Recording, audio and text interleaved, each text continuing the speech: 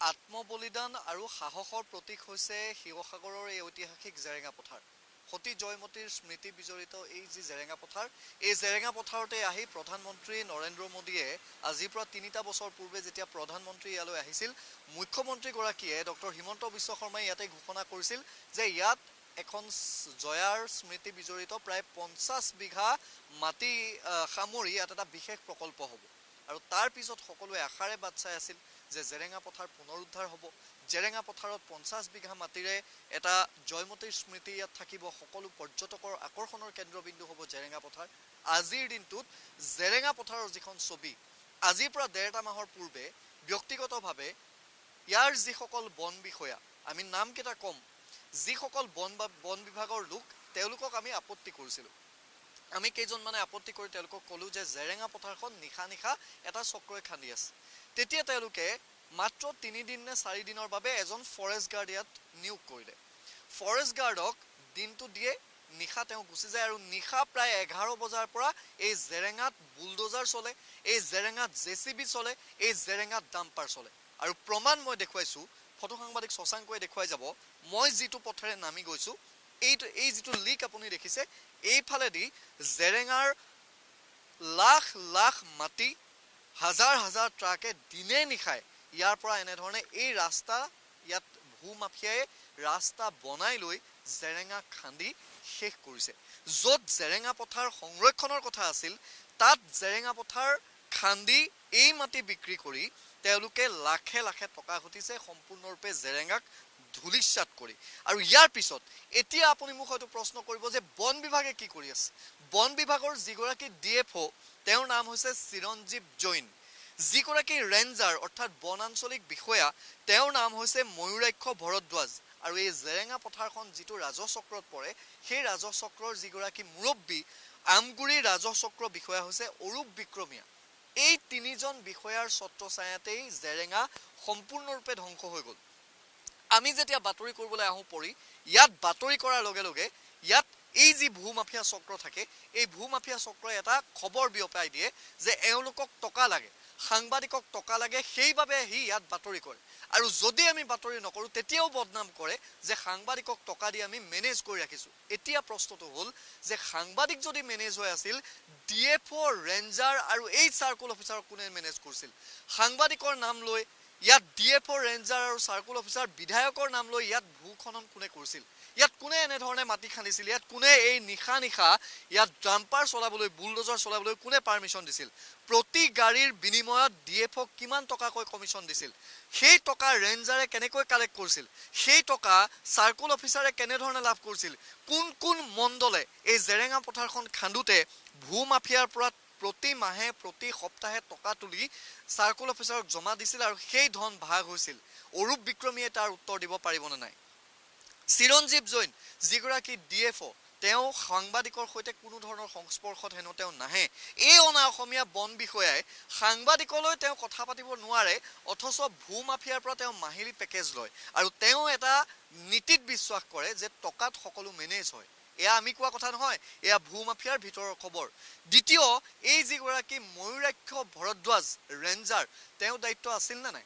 ইয়াত নিশা নিশা ২-৩ বজা, ৪ বজা পৰ্যন্ত, কাহিলি পোৱা পৰ্যন্ত ইয়াত পথ বনাই লৈ ইয়াত জেৰেঙা খান্দি শেষ কৰি পেলালে।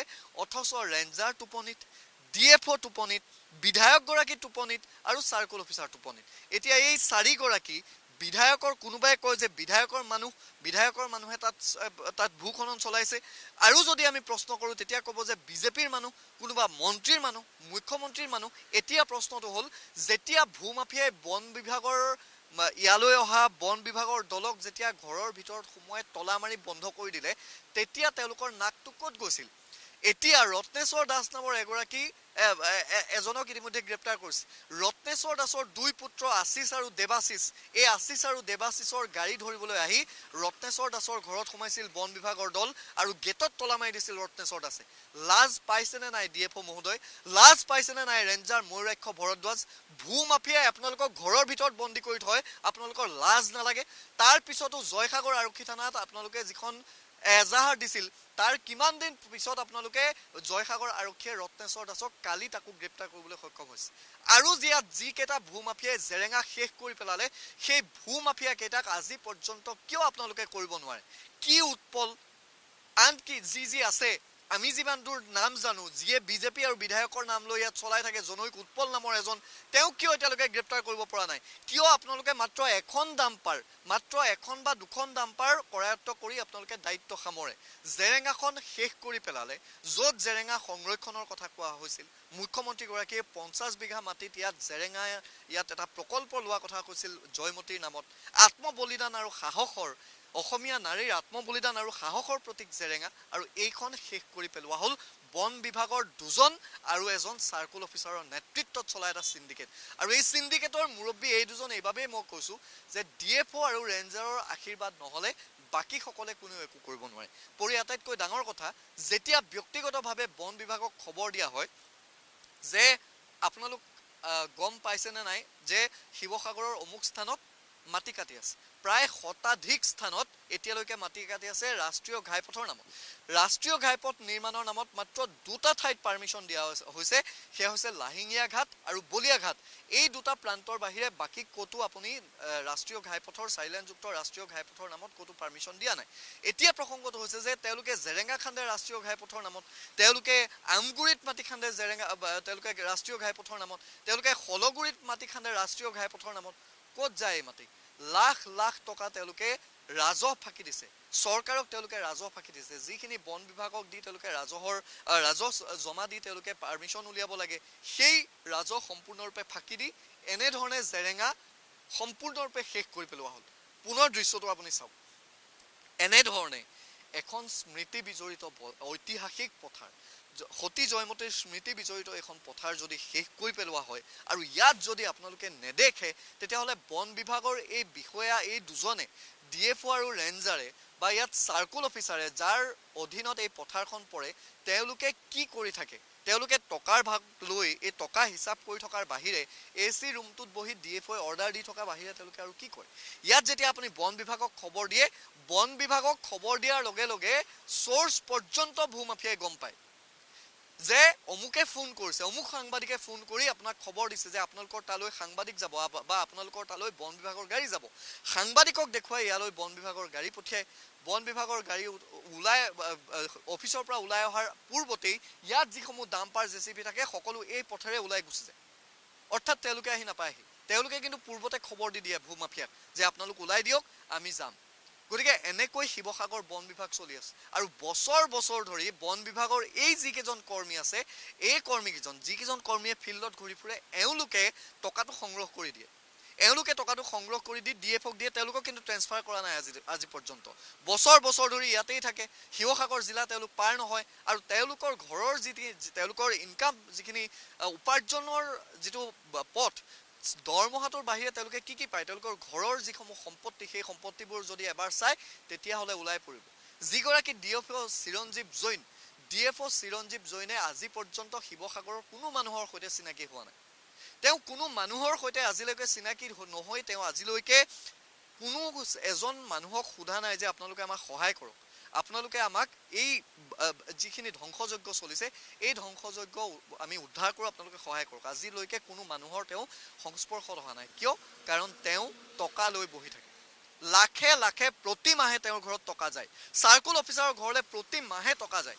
ৰেঞ্জাৰে প্ৰতি মাহে টকা পায় আৰু তাৰ পিছৰ অৱস্থা হৈছে এয়া পৰি এই যিটো পথ দেখিছে এই যিজন মানুহ যে এনে ধৰণে আহি আছে পথাৰৰ পৰা ওলাই এই পথটো ভিতৰলৈকে বহু ইয়াত হাজাৰ বিঘা ভিতৰলৈকে আপুনি ইয়াত কেৱল এই পথটো দেখিব অৰ্থাৎ এইফালেদি বুলডোজাৰ জেচিবি আৰু ডাম্পাৰ চলিব পৰাকৈ প্ৰতিদিনে শ ডাম্পাৰ প্ৰতি নিশাই শ জেচিবি প্ৰতি নিশাই শ বুলডোজাৰ চলিব পৰাকৈ এটা কংক্ৰিটৰ এটা ইয়াত পথ ইয়াত যেতিয়া আপুনি কংক্ৰিটৰ দৰে যেতিয়া এটা পথ সাজি ল'ব পাৰে এতিয়া আপুনি ভাবক যে কিমান দূৰ তেওঁলোকে এই কামখিনি কৰি আছে আজি কিমান বছৰ ধৰি কৰি আছে আমি ভাবো যে মাটিৰ ব্যৱসায় তেওঁলোকে কৰে অসমীয়া যুৱক অসমীয়া মানুহে কৰি আছে দুপইচা তেওঁলোকে উপাৰ্জন কৰিছে গতিকে আমি বন বিভাগক যেতিয়া প্ৰশ্ন কৰো বন বিভাগে কয় যে দুটা বা তিনিটা প্ৰান্তত পাৰমিশন আছে বাকিখিনিত নাই হলেও আমি কেতিয়াবা দেখো যে কৰবাত যদি বাৰীৰ কাষত খাল এটা খান্দিছে, আমি সেয়া বন বিভাগক খবৰ নিদিওঁ বা আমিও বাতৰি নকৰোঁ, কাৰণ অসমীয়া যুৱকজনে উপাৰ্জন কৰিছে।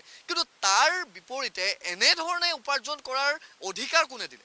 জেৰেঙাখন সম্পূৰ্ণৰূপে খান্দি পেলোৱাৰ অধিকাৰ কোনে দিলে? আৰু এয়া কেৱল এটা বছৰ নহয়, আজি বছৰ বছৰ ধৰি এনেধৰণে জেৰেঙা খান্দিছে। প্ৰতি নিশাই স্থানীয় লোকে আপত্তি কৰে, প্ৰতি নিশাই ইয়াত দল সংগঠন থাকে, দল সংগঠনে আপত্তি কৰে। এতিয়া দল সংগঠনে তেওঁলোকে কৈছে যে আমি আৰু এইবোৰত নাই, এইবাৰৰ পৰা যুদ্ধ হ'ব, এইবাৰ আমি নিজে ৰখিম, কোনো গাড়ী ইয়াত সোমাবলৈ নিদিওঁ। আৰু আটাইতকৈ ডাঙৰ কথা পৰি আপুনি মন কৰিব, আমি এতিয়া পোনপটীয়া সম্প্ৰচাৰ যে কৰি আছোঁ, আজি কালি মাত্ৰ এজন ব্যক্তিক গ্ৰেপ্তাৰ কৰাৰ কাৰণে ইয়াত স্তাবক বাহিনী নাই। ইয়াত নহ'লে ইয়াত বলেৰো লৈ, ইয়াত স্কৰপিঅ' লৈ ইয়াত মানুহক ভাবুকি দিবলৈ আহে, সাংবাদিকক ইয়াত ভাবুকি দিবলৈ আহে। মই ব্যক্তিগতভাৱে ND24ৰ জৰিয়তে মই সেইসকলক জনাওঁ যে এনেকুৱা ভাবুকি, এনেকুৱা এই যিটো ভাবুকিৰ যিটো প্ৰক্ৰিয়া আপোনালোকে কৰিছে, এইসমূহ আমাৰ দৰে সাংবাদিকে খাতিৰ নকৰে, এইসমূহ আমাৰ দৰে সাংবাদিকে খাতিৰো নকৰে, আপোনালোকক ভূক্ষেপ নকৰে। এই ভাবুকি বহুত পালোঁ এই কেৰিয়াৰত। গতিকে জেৰেঙা যেনেধৰণে ধ্বংস কৰিছে, আপোনালোকক আৰক্ষীয়ে কিয় এতিয়ালৈকে ধ্বংস কৰা নাই? আপোনালোকে কোন কোন বিষয়াক কিনি থৈছে? চিৰঞ্জীৱ জৈনক মাহে মাহে কিমান টকা দিয়ে? ময়ূৰাক্ষ ভৰদ্বাজক কিমান টকা দিয়ে? আৰু এই যিগৰাকী অৰূপ বিক্ৰমীয়ে কিমান টকা আপোনালোকে দিয়ে? গতিকে এই প্ৰশ্নবোৰ নিশ্চিতভাৱে আহিছে আৰু সেইবাবে বাতৰি কৰিছোঁ। এতিয়াও সময় আছে। বন বিভাগে এই পথাৰখনে যদি এবাৰ চায়, যদি বন বিভাগে এতিয়াও ভাবে যে এইখন ইয়াৰ পৰা আৰু আমি কাম কৰিবলৈ নিদিওঁ, ইয়াৰ মাজত এতিয়া মোৰ গাড়ী হয়তো তালৈকে নাযাব, পথ বেয়া, ডাম্পাৰ বা JCBৰে যাব লাগিব, খোজকাঢ়ি যোৱাটো সম্ভৱ নহয়। ইয়াৰ মাজত ইমান দ গাঁত আছে যে এখন JCB, এখন বুলডোজাৰ, এখন ডাম্পাৰ তাত সোমাই যায়। ইমানেই দকৈ জেৰেঙা খান্দিছে, প্ৰতিখন নদী খান্দি শেষ কৰিছে, প্ৰতিটো জলাশয় খান্দি শেষ কৰিছে জেৰেঙা। আমি সেই বিষয়ে আহিম। DFO কাৰ্যালয়ৰ সন্মুখৰ পৰাও আমি আপোনালোকক দেখুৱাম DFO কাৰ্যালয়ত কি কৰি থাকে। কিন্তু জেৰেঙা উদ্ধাৰৰ বাবে DFO, ৰেঞ্জাৰ, বন বিভাগ কাৰো কোনো ধৰণৰ গুৰুত্ব নাই। মই আপোনাক এটা দৃশ্য দেখুৱাম। এই যিটো পথ, এই পথেদি প্ৰতিদিনে, এইটো এটা কানেক্টিং ৰোড হয়, মগৰাহাট আৰু জয়সাগৰ সংযোগী মানকটা তিনিআলিৰে সোমাই এই পথেদি দৈনিক হাজাৰ হাজাৰ গাড়ী গৈ আছে। এইফালেদি দৈনিক দিনটোত ৩-৪ বাৰ বা তাতকৈ অধিক দুখনকৈ আৰক্ষী থানাৰ গাড়ী এইফালেদি গৈ আছে। এইফালেদিয়েই আমগুৰি, কালুগাঁও, শলগুৰি আদি অঞ্চললৈ যাবলৈ বন বিভাগৰ গাড়ী এইফালেদি দৌৰি আছে। তেওঁলোকে যিখন অপাৰেশ্যনৰ নাটক কৰে, সেই নাটক কৰা যিখন গাড়ী, সেই গাড়ী দৌৰি আছে। আৰু ইয়াত জেৰেঙা খান্দি এইসমূহ ভেটি, আপুনি দেখিছেনে? এই জেৰেঙাৰ সন্মুখত, এই পথটোৰ কাষত এইসমূহ ভেটি, ইয়াত ঘৰ হ'ব, ইয়াত দোকান হ'ব, ইয়াত প্ৰতিষ্ঠান হ'ব, এইসমূহ ইয়াত নিৰ্মাণ কৰি আছে। তেওঁলোকে কি দেখা নাই? যেতিয়া আমাক ৰাইজে প্ৰশ্ন কৰে যে আপুনি বাতৰিটো কৰিয়ে দায়িত্ব সামৰিলে নেকি? আপোনালোকে বন বিভাগক কিয় খবৰ নিদিয়ে? বন বিভাগক খবৰ দি যেতিয়া আমি খবৰ দিওঁ, তাত খবৰটো কেনেধৰণে যায় যে ND24ৰ সাংবাদিক অমুকে ফোন কৰিছে, কৌস্তভে ফোন কৰিছে, আপোনালোক তাৰ পৰা আঁতৰি দিয়ক, আমি তালৈ যাব লাগিব। ইয়ালৈ বন বিভাগৰ গাড়ী অহাৰ আগত খবৰ আহে, ভূমাফিয়া ইয়াৰ পৰা পলায়ন কৰে। আৰু ইয়াত তেওঁলোকৰ এটা গেং আছে, সেই গেংটোৱে জয়সাগৰত কোনো ধৰণৰ সাংবাদিক ইয়াত প্ৰৱেশ কৰাৰ লগে লগে গোটেই এটা তেওঁলোকৰ নেটৱৰ্কত ইটোৱে সিটো ভূমাফিয়াক খবৰ দি দিয়ে যে অমুক কৈছে, অমুক সাংবাদিক গৈছে, অমুক সাংবাদিকে লাইভ কৰিব পাৰে, অমুক সাংবাদিক গৈছে। আৰু ইয়াত যিকেইজন সাংবাদিকক তেওঁলোকে বলে পাৰে, সেইকেইজন সাংবাদিকক তেওঁলোকে ভাবুকি দিয়ে, তেওঁলোকে মেনেজ কৰাৰ চেষ্টা কৰে। আৰু যিসকলক নোৱাৰে তেওঁলোকে সেইদিনা বন্ধ কৰি দিয়ে। অৰ্থাৎ আজি এতিয়া বাতৰি সম্প্ৰচাৰ হ'ল, আজি আৰু 2 ঘণ্টামান আপুনি ইয়াত গাড়ী নেদেখে। এতিয়া ৰত্নেশ্বৰ দাসক গ্ৰেপ্তাৰ কৰাৰ কাৰণে ইয়াত ভূমাফিয়াই গাড়ী চলোৱা নাই। এতিয়া কিন্তু আজি নিশা হয়তো 11 বজাৰ পৰা পুৱতি নিশা পৰ্যন্ত ইয়াত গাড়ী চলি থাকিব। আৰু বন বিভাগে তেতিয়া কয় যে আমাৰ হাতত পৰ্যাপ্ত ষ্টাফ নাই, আমাৰ হাতত পৰ্যাপ্ত গাড়ী নাই, আমাৰ হাতত নিৰাপত্তা নাই। আৰক্ষী ক'ত গ'ল? আপোনালোকে আৰক্ষীৰ সহায় কিয় নলয়? ইয়াৰ পৰা নাতি দূৰত সেইখন জয়সাগৰ আৰক্ষী থানা, জয়সাগৰ পুখুৰীৰ পাৰত, কিয় জয়সাগৰ আৰক্ষীৰ তেওঁলোকে সহায় নলয়? বন বিভাগৰ লোকক ঘৰৰ ভিতৰত তলা মাৰি বান্ধি থৈ দিলে লাজ লগা নাই? তেতিয়া আপোনালোকক লাজ নালাগে? বাতৰি কৰিলে আপোনালোকৰ লাজ লাগে। আৰু তাৰপিছত সেই বন মাফিয়াক, সেই ভূমাফিয়াক আপোনালোকক গ্ৰেপ্তাৰ কৰিবৰ বাবে লাগে 3 বা 4টা দিন। ঘৰৰ পৰা এটা ভূমাফিয়াক গ্ৰেপ্তাৰ কৰিবৰ বাবে আন 2টা ভূমাফিয়াক গ্ৰেপ্তাৰ কৰাৰ সাহসেই কৰা নাই। এতিয়া এই সমস্যাবোৰৰ সমাধান কোনে কৰিব? DFO, চিৰঞ্জীৱ জৈন, ৰেঞ্জাৰ, ময়ূৰাক্ষ ভৰদ্বাজ আৰু ইয়ালৈ অহা প্ৰতিজন ডিএফঅ প্ৰতিজন ৰেঞ্জাৰৰ বিৰুদ্ধে আচলতে CM ভিজিলেন্সে হওক বা অন্য যিসমূহ সংস্থা আছে এই সংস্থাসমূহে অপাৰেশ্যন চলাব লাগে অভিযান চলাব লাগে এওঁলোকৰ বিৰুদ্ধে তদন্ত কৰিব লাগে যে এওঁলোকৰ উপাৰ্জনৰ বাট কি দৰমহা কিমান আৰু এওঁলোকৰ সম্পত্তিৰ পাহাৰ কিমান ক'ত ক'ত মাটি লয় শিৱসাগৰলৈ আহি ক'ত ক'ত তেওঁলোকে টকা ঘটে ক'ত ক'ত তেওঁলোকে সম্পত্তি গঢ়ে এই কথাবোৰ যদি CM ভিজিলেন্সৰ পৰা আৰম্ভ কৰি সংস্থাবোৰ লাগে তেতিয়াহ'লে যদি ডিএফঅ গ্ৰেপ্তাৰ হয় যদি ৰেঞ্জাৰ কেইজনমান গ্ৰেপ্তাৰ হয় হয়তো অকণমান ঠাণ্ডা হ'ব কিন্তু নহ'লে অক্টোবৰৰ পৰা মাৰ্চ মাহ পৰ্যন্ত অৰ্থাৎ বৰষুণ নিদিয়া পৰ্যন্ত এইসমূহ স্থানত আপুনি ইয়াত ঘূৰি ফুৰিব নোৱাৰে আৰু ইয়াত ধূলিৰ প্ৰকোপত জেৰেঙা খন্দাৰ ইয়াৰ ফলত জয়সাগৰৰ আশে পাশে যিসকল ৰাইজ থাকে যিসমূহ ইয়াৰ স্থানীয় বাসিন্দা সেইসকলৰ ৰাইজৰ এতিয়া অসুখত তেওঁলোকে দিন কটাবলগীয়া হৈছে ধূলিৰ প্ৰকোপত তেওঁলোকে উশাহ ল'ব নোৱাৰা অৱস্থা হৈছে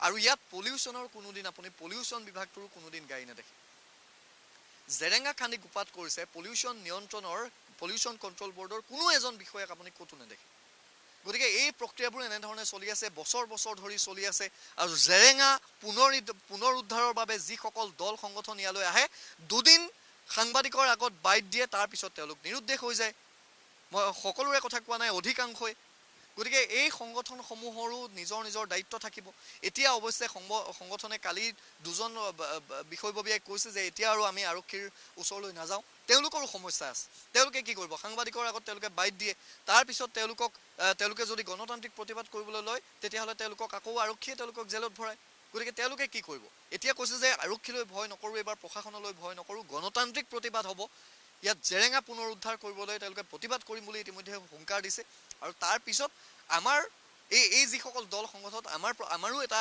তেওঁলোকৰ প্ৰতি অনুৰোধ যে আমি দল সংগঠনৰ সৈতে মিলি যদি কিছু ব্যৱস্থা গ্ৰহণ কৰোঁ তেতিয়াহ'লে হয়তো বন বিভাগো বাধ্য হ'ব কিন্তু বন বিভাগৰ ওপৰত এতিয়া কাৰো আস্থা নাই ৰাজচক্ৰৰ যিগৰাকী বিষয়া আমগুৰি ৰাজচক্ৰৰ যিগৰাকী বিষয়া অৰূপ বিক্ৰমীয়া তেওঁৰ ওপৰতো কোনো ধৰণৰ আস্থা ৰাইজৰ নাই কাৰণ এওঁলোক ঘুষখোৰ বুলি সকলোৱে জানে আজিৰ পৰা মাত্ৰ 4টামান বছৰৰ পূৰ্বৰে পৰা শিৱসাগৰলৈ কিছু পৰ্যটকৰ সংখ্যা বৃদ্ধি পাইছে পৰ্যটক বিভিন্ন প্ৰান্তৰ পৰা আহে বহিৰাজ্যৰ আহে বা ভাৰতৰ বাহিৰৰ পৰা আহে এতিয়া পৰ্যটক আহে জেৰেঙা পথাৰ চাবলৈ কাৰণ ইয়াত সতী জয়মতীৰ স্মৃতি বিজড়িত হৈ আছে এতিয়া যদি আমাকো কয় বা ইয়াৰ যিসকল টুৰিষ্ট গাইড কয় সেই টুৰিষ্ট গাইডক যেতিয়া জেৰেঙা চাবলৈ যাওঁ বুলি কয় তেতিয়াহ'লে এজন টুৰিষ্ট গাইডে প্ৰথম যিটো ৰাস্তাৰে আনিব সেয়াই হৈছে মানকটা তিনিআলি দি সোমাই এই পথটো এতিয়া আপুনি মোক কওক যে ইয়াত এজন টুৰিষ্ট গাইডে জেৰেঙাখন কি দেখুৱাব ইয়াত হ'ব লাগিছিল কি হৈ আছে কি জেৰেঙাৰ মাজত বৃহৎ যিসমূহ পুখুৰী খান্দিলে যিসমূহ যাৰ য'ত মন যায় এই যিখন গ্ৰেজিং বা যিখন জেৰেঙা পথাৰ এই জেৰেঙা পথাৰৰ মাজত যাৰ যেনেকৈ মন যায় যাৰ যেনেকৈ মন যায় য'ত মন যায় তেনেধৰণে বৃহৎ গাঁত কৰি পথাৰৰ পুখুৰী খান্দিলে বৃহৎ পুখুৰী এতিয়া সেই পুখুৰীসমূহ চাবলৈ ইয়াত পৰ্যটক আহিব নে ইয়াত সতী জয়মতীৰ স্মৃতি বিচাৰি পৰ্যটক আহিব ইয়াত এতিয়া প্ৰসংগটো হ'ল যে ইয়াত চাবৰ বাবে একো নাই 50 বিঘা মাটিত মুখ্যমন্ত্ৰীগৰাকীয়ে যি সতী জয়মতীৰ নামত এটা প্ৰকল্প ঘোষণা কৰিছিল সেয়া যদি আগবাঢ়িলেহেঁতেন তেতিয়াহ'লে হয়তো ইয়াত এটা পৰিৱেশ আহিলেহেঁতেন সেই তাত যিটো প্ৰকল্প হ'লহেঁতেন প্ৰকল্পৰ কাম কাজ চলি থকা সময়ত এই প্ৰক্ৰিয়াটো বন্ধ হ'লহেঁতেন কিন্তু আজি আপুনি কোনো ধৰণৰ কেতিয়াও এইটো নিশ্চিতি প্ৰদান কৰিব নোৱাৰে যে ইয়াত জেৰেঙা খনন বন্ধ হ'ব বা জেৰেঙা পুনৰুদ্ধাৰ হ'ব কি বন বিভাগ কি আৰক্ষী কি প্ৰশাসন আপুনি কাৰো ওপৰত ভৰসা কৰিব নোৱাৰে আৰু ৰাইজে ইতিমধ্যে আশা বাদ দিছে গতিকে এতিয়া মুখ্যমন্ত্ৰীগৰাকীৰ প্ৰতি অকল আশা অসম চৰকাৰলৈ আশা যে এই বন বিভাগৰ এই বিষয়া দুজন বা তিনিজন বা চাৰ্কুল অফিচাৰ এইসকল ব্যক্তিক ধনী কৰি থকাতকৈ ইয়াত যদি এটা প্ৰকল্প আপোনালোকে নিৰ্মাণ কৰে তেতিয়াহ'লে হয়তো স্থানীয় লোকসকলেৰো উপাৰ্জনৰ পথ এটা ওলাব ইয়াত যিসকল টুৰিষ্ট গাইড তেওঁলোকৰো উপাৰ্জনৰ পথ এটা ওলাব আৰু ঐতিহাসিক জেৰেঙা পথাৰ সুৰক্ষিত আৰু সংৰক্ষিত হৈ থাকিব